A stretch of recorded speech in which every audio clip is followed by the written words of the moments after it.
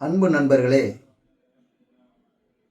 பொய் சொல்லுவது மிக மோசமானது.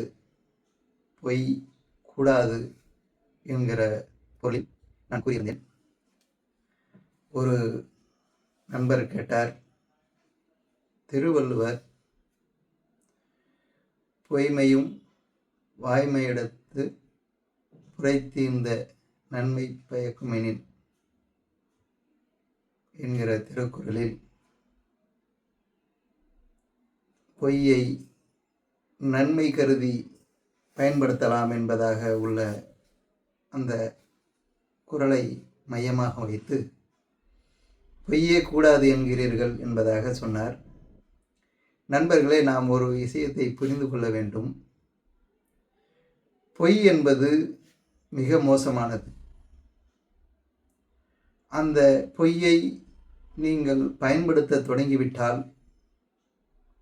அந்த பொய்யினுடைய விளைவு என்பது மிக மோசமானது. அந்த பொருளில்தான் நான் முன்னதாக கருத்து சொல்லியிருந்தேன். ஒரு நல்ல விஷயம் நடக்கும் என்றால் அதற்காக ஒரு சிறிய பொய்யை சொல்வது தவறில்லை என்பதுதான் திருவள்ளுவர் சொன்ன குறளினுடைய பொருள்.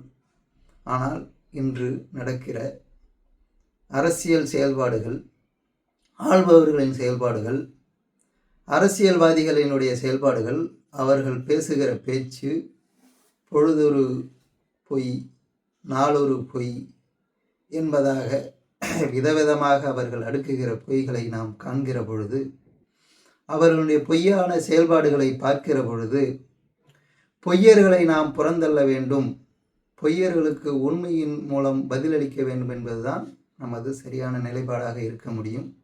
அப்படி இருப்பதுதான் நமக்கும் நல்லது, நம் தலைமுறைக்கும் நல்லது. பொய்யை நாம் அதன் பொருள் உணர்ந்து பயன்படுத்த வேண்டும் என்கிற வள்ளுவரின் வாக்கை வைத்து கொண்டு எல்லா இடங்களிலும் பொய்யை தூவி விடுவது என்பது ஆரோக்கியமான சமூக சூழலாக இருக்காது.